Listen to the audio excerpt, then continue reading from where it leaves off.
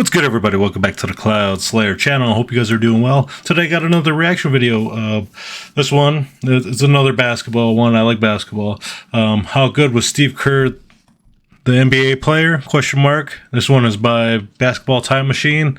I do recommend him a lot. I've been watching his channel for many years now. So if you like his content, hit that like and subscribe button. As usual, I'll put it down in the description down below. And I hope you guys enjoy this as much as I do.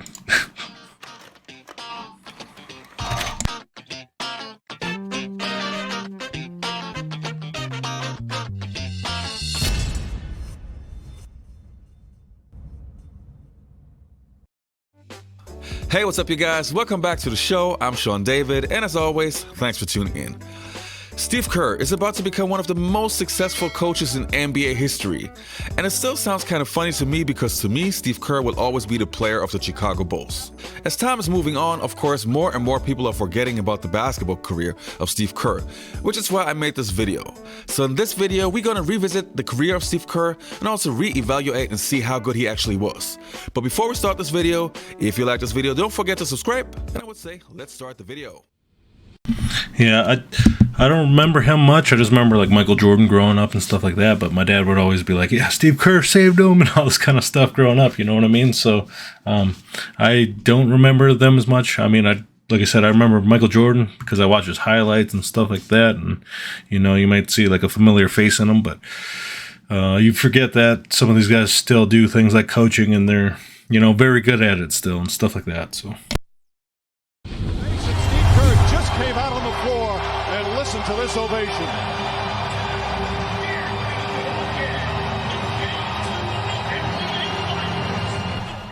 Steve Kerr come on the floor. Kerr open for three. He's got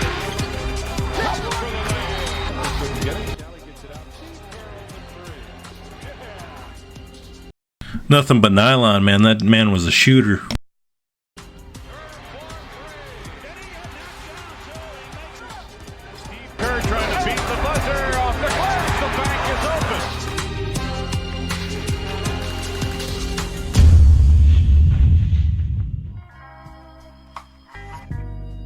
The first thing that might surprise you is Steve Kerr wasn't born in the US. Actually, he was born on the 27th of September in 1965 in Beirut, Lebanon. So pretty far away from the US and even further away from NBA basketball.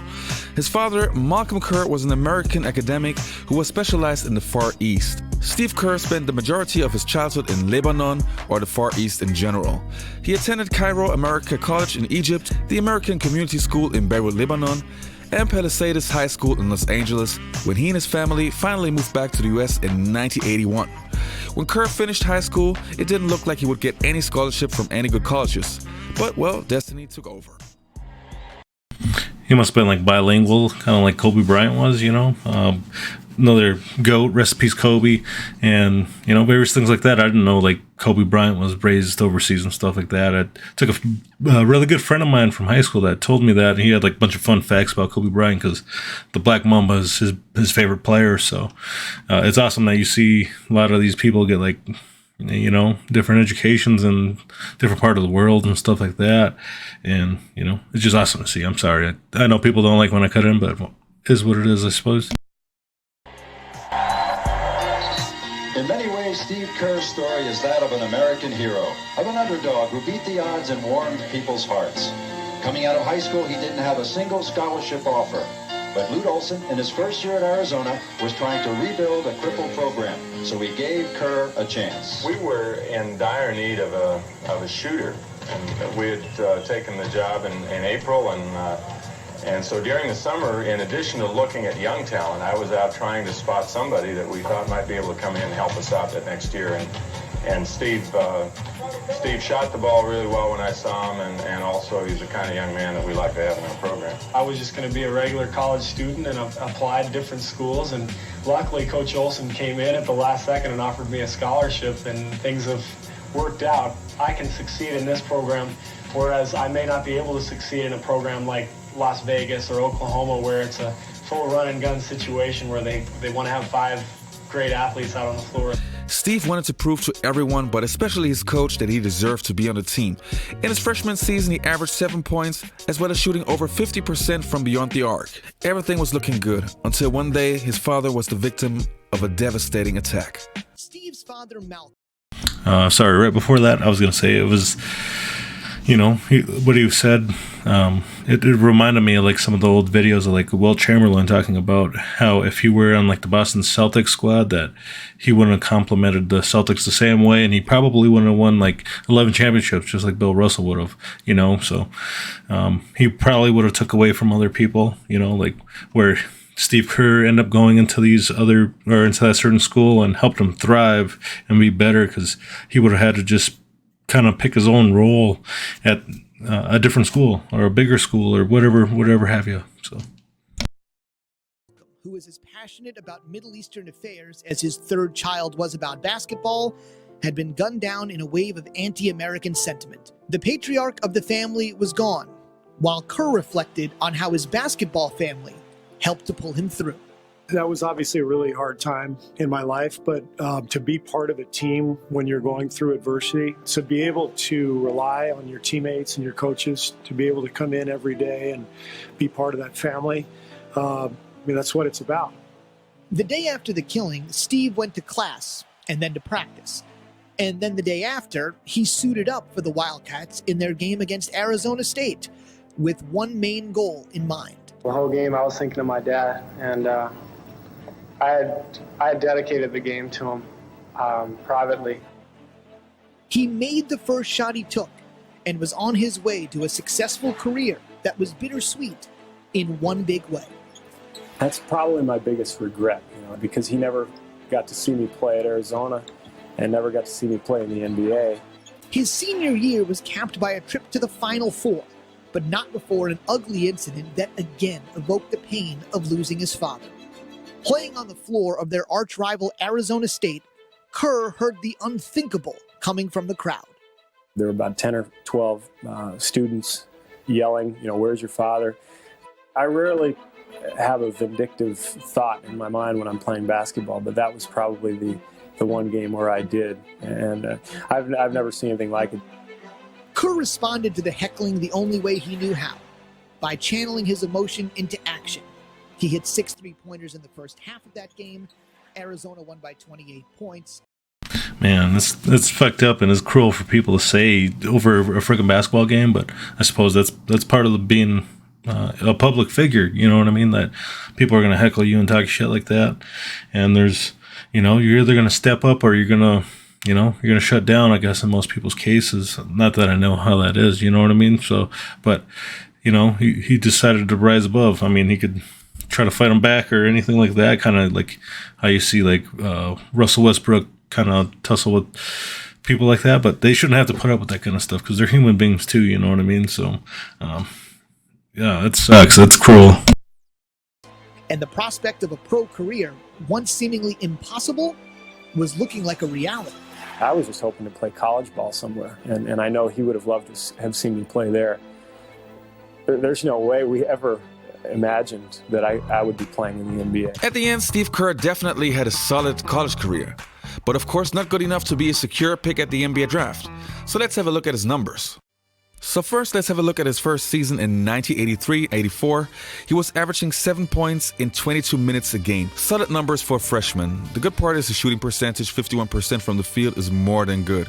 In his second season, he went up to 33 minutes a game, averaging 10 points. His shooting percentage is off the chain. 56% from the field is crazy. And also for the following 2 seasons, always shooting far above 50%. So he definitely was a great shooter. Also, if you have a look at his free throw percentage, in his first season was struggling a little bit, but it got better and better year by year, peaking in his third season, almost shooting 90%. So if you were an NBA team that was looking for a good shooter, I think Steve Kerr would have been a great choice. If you need some good spacing or to stretch the floor, and obviously not a high draft pick, but a good role player that doesn't need many touches to score. It's a pretty good stat line, He didn't score a lot of points. I mean, way more than me, but, like 10, 12, 14. But it's a super high percentage, almost 60%. That's crazy. Came in the second round. The announcement that Steve Kerr...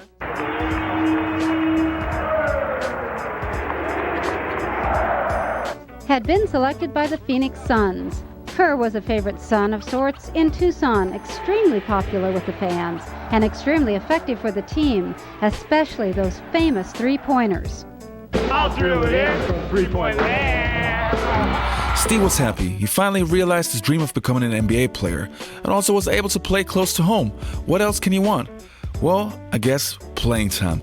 Because in his first season with the Phoenix Suns, he hardly got any action, only playing 26 games, averaging 2 points in only 6 minutes. Garbage time. He was actually so used sitting on the bench that he was afraid to play. Steve, what was that first year like? You're playing for Cotton? For Cotton Fitzsimmons. Yeah. You know, my experience was totally different than these guys because I was a, late second-round pick. I didn't know if I was going to make the league. I was on a non-guaranteed contract. And I'll never forget one of my first exhibition games, we played the Bulls. And I was just trying to make the roster. And Michael Jordan gets the ball right in front of our bench.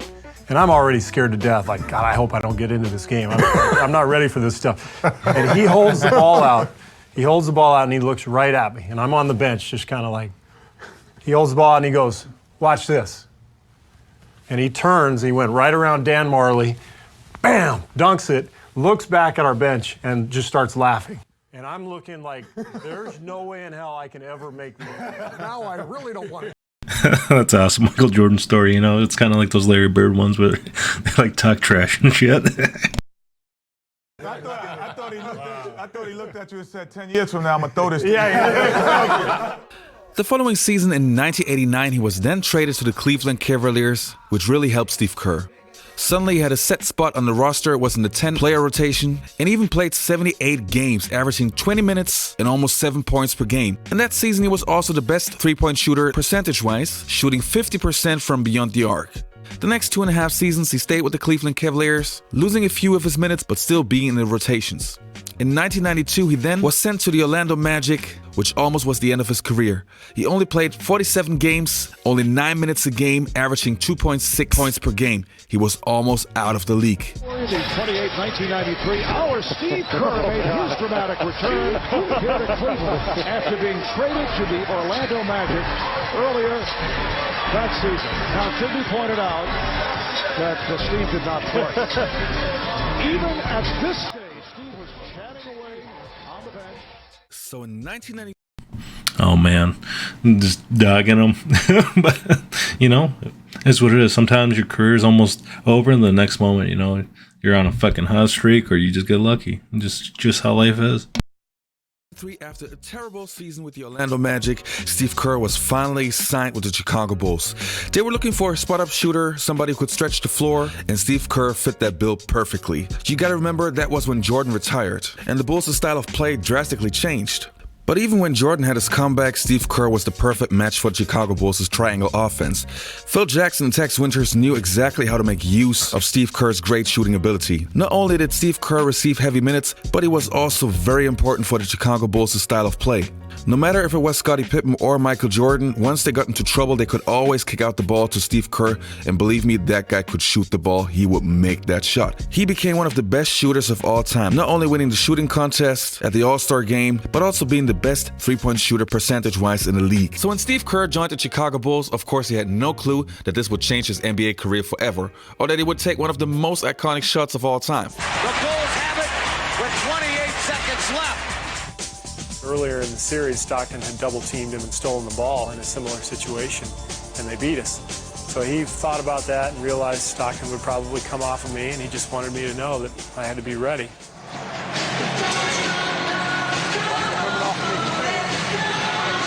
comes off, I'll be ready. And I just decided right then, if I get it, I'm just going to let it fly. It is Michael Jordan time. Michael, 6 seconds, 5. Michael in traffic to Kerr, 15-footer. Burying the jumper. Hitting the big shot in '97 is my most memorable moment. That's awesome. That's something so many people just dream about, right? So it's awesome that he got to achieve it, When we called timeout with 25 seconds to go, we went into the huddle, and Phil told Michael, he said, Michael, I want you to take the last shot. And Michael said, you know, Phil, I don't feel real comfortable in these situations. So maybe we ought to go in another direction. So I thought to myself, well, I guess I got to bail Michael out again.